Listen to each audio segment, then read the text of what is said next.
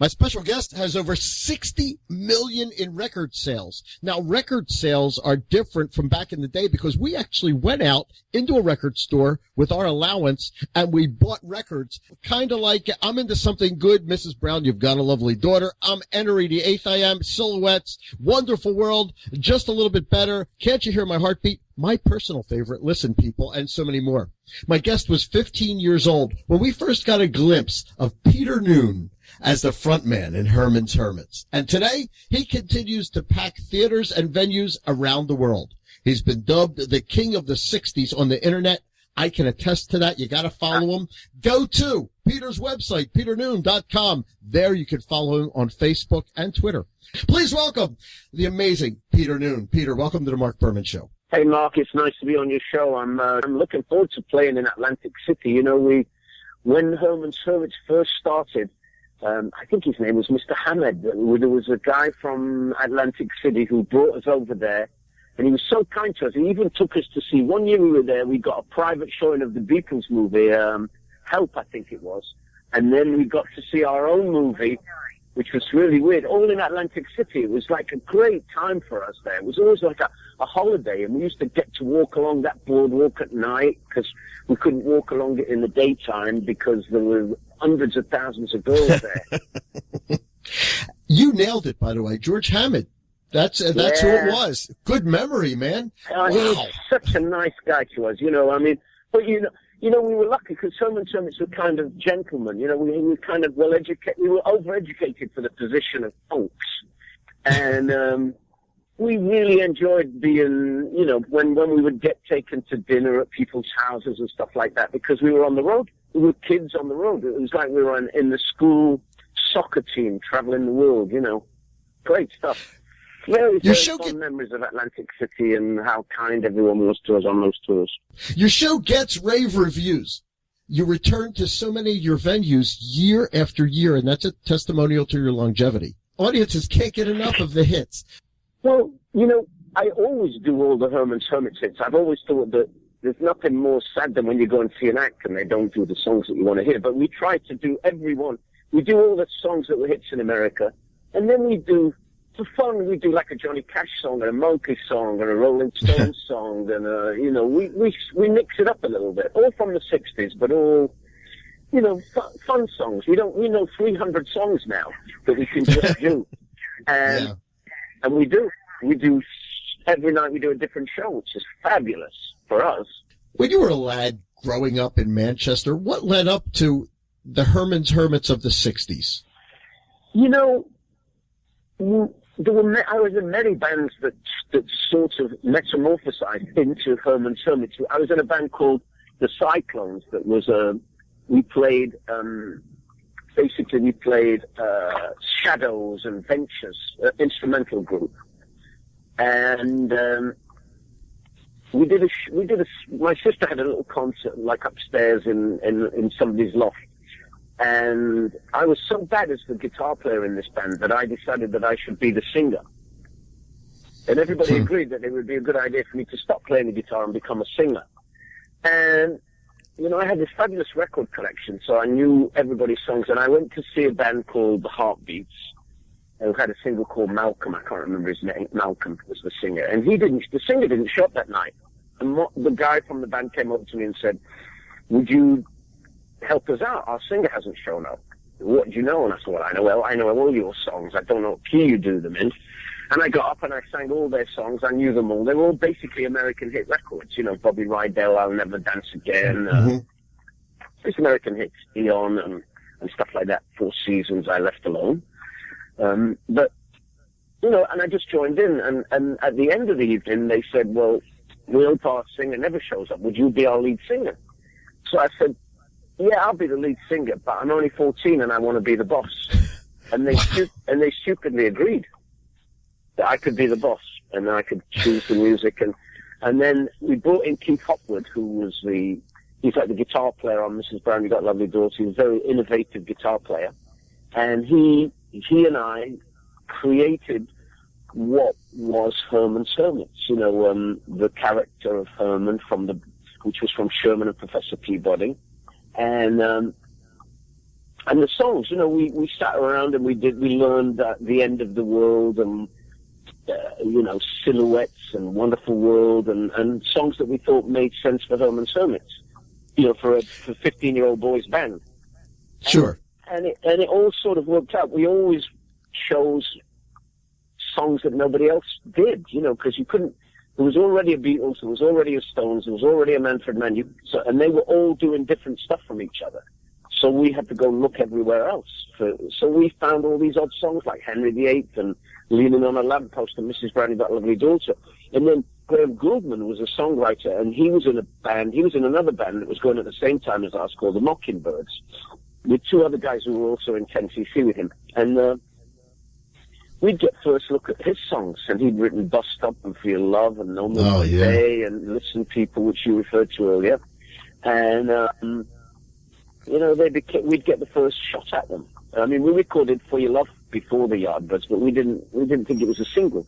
And we recorded Bust Up before the Hollies, but we didn't think it was a single. So they showed up on our albums, which is great because the albums sold millions as well. We wanted to sell albums like the Beatles, Wow, the Beatles, wouldn't it be great to be like the Beatles and sell albums? You just alluded to something. I was going to ask you, where did the name Herman come from? Sherman and Peabody? Sherman and Professor Peabody. I used to think I looked like Buddy Holly because I had these horn-rimmed glasses on, and I'd go on stage and go, "Woo!" and the guy from the place that we were playing came over to me and he said, who is that you're doing there? And I said, "Oh, come on, it's Buddy Holly." And he goes, "You don't look like Buddy Holly. You look like Sherman from the Bullwinkle Show." Which was true. Wow, I didn't know that's where that came from. Yeah. There are some things we never forget. And no matter how much time passes, we don't forget. You were 15 when Herman's Hermits hit the top of the charts in a song written by Jerry Goffin, who we lost in June, and Carole King.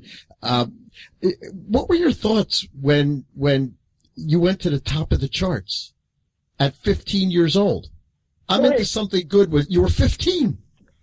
It was pretty good because I didn't realize that wasn't a normal thing. I thought, I would see the Beatles and I didn't realize they were 7 years older than me because I'd been in a band for a couple of years. They'd been in a band for 7 or 8 years. So basically I just went with it. The record was number one and I was on the bus. I lived with my grandmother because my parents lived in Liverpool, but the Hermits lived in Manchester. So I was living with my grandmother in her spare room upstairs, in this little house. And I used to take the bus to meet the band to go to concerts. And I go upstairs on the bus, and the bus conductor says, "You're that Herman fella." And I go, "Yeah." He said, "Well, you shouldn't be on a bus. You should be taking taxis and limos." So I got off the bus, and I got a taxi. And then, now I just go on the bus for fun. I love going upstairs on those buses in England. I love it. And I love where you came from. We only have a couple seconds with Peter Noone. Did you ever play the Cavern or Mona Best Casbah Coffee Club? Because a lot of bands did. We didn't play the Casbah, but we played the Cavern a lot before we made it. Everybody did. Everybody got to play. I used to play double bill there with the Ravens, who became the Kinks. Yeah. And, everybody played there. It was one of those places that everybody played. Okay, so you come to America, you end up on television. It's the Ed Sullivan Show. He calls you over after the performance, and he does that with a lot of people, except the Doors. And you were a kid. The people were screaming uncontrollably in the audience.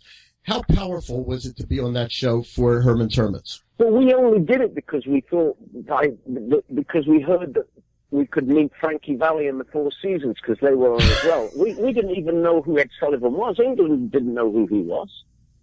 English people didn't even know who he was. So we said, who's on the show? And the Beatles, they do everything. Yeah, okay, who else? Elvis? Yeah, he's done it. I said, the Four Seasons, can we meet Frankie Valli and Bob Gaudio? And they go, yeah, okay, so we'll do it, and we're doing it. Well, that's impressive. He was a fantastic guy. So he came over to me and he said, "You're a Catholic, aren't you? Meet me tomorrow morning at Delmonico's. We'll go to Mass at St. Patrick's." And I had to go and meet him. Excuse me, that's my car talking to me. Four Seasons. Come on, that's American royalty. Oh, yeah, Absolutely. for us, no English bands did any Four Seasons songs because it was so hard. You notice the Beatles never did that. Big girls!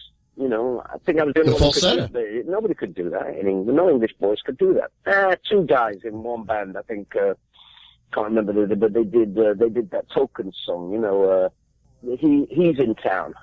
Oh, you don't have to tell me he's in town. I can do it now, but I couldn't do it when I was 15. Now look, you're a chick magnet. Let's face it, from the day you first looked into the camera with those eyes, you had something. All the bands would run away. The Beatles would run away in movies and the Dave Clark 5 Catches If You Can. We decided that we would slow down for the fitter girls. And we did. You were on the cover of international publication. Now, okay, there's the Tiger Beat and everything, but do I remember seeing you on Time magazine? Yeah, I got on the front cover of that one time. I was very happy with that. I missed it at the time, but my mum told me about it and goes, well, you're on the front. She thought that was very, very impressive.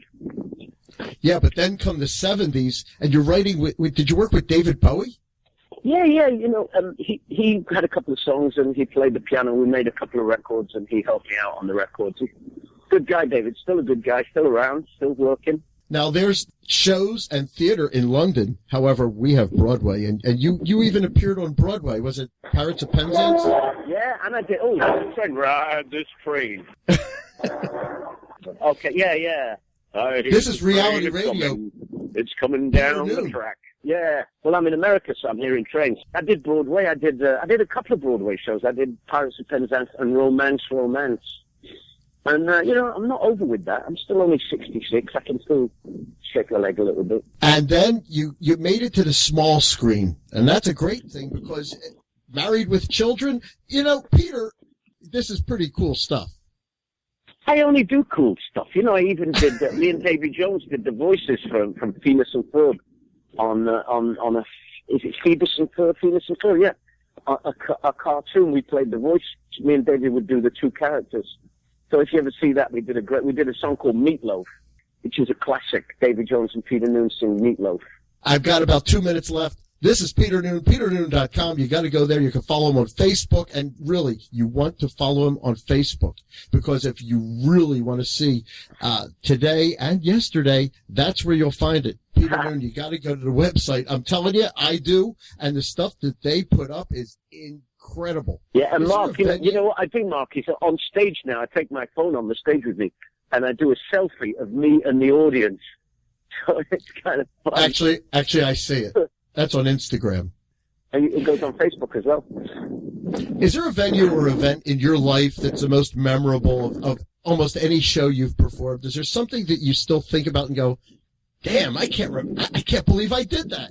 Yeah, we did a show. It was the Beatles, the Stones, the Kinks, the Who, Herman's Hermits in London, NME Pole Winners concert. We were all in the top 10. You got voted by the public in England.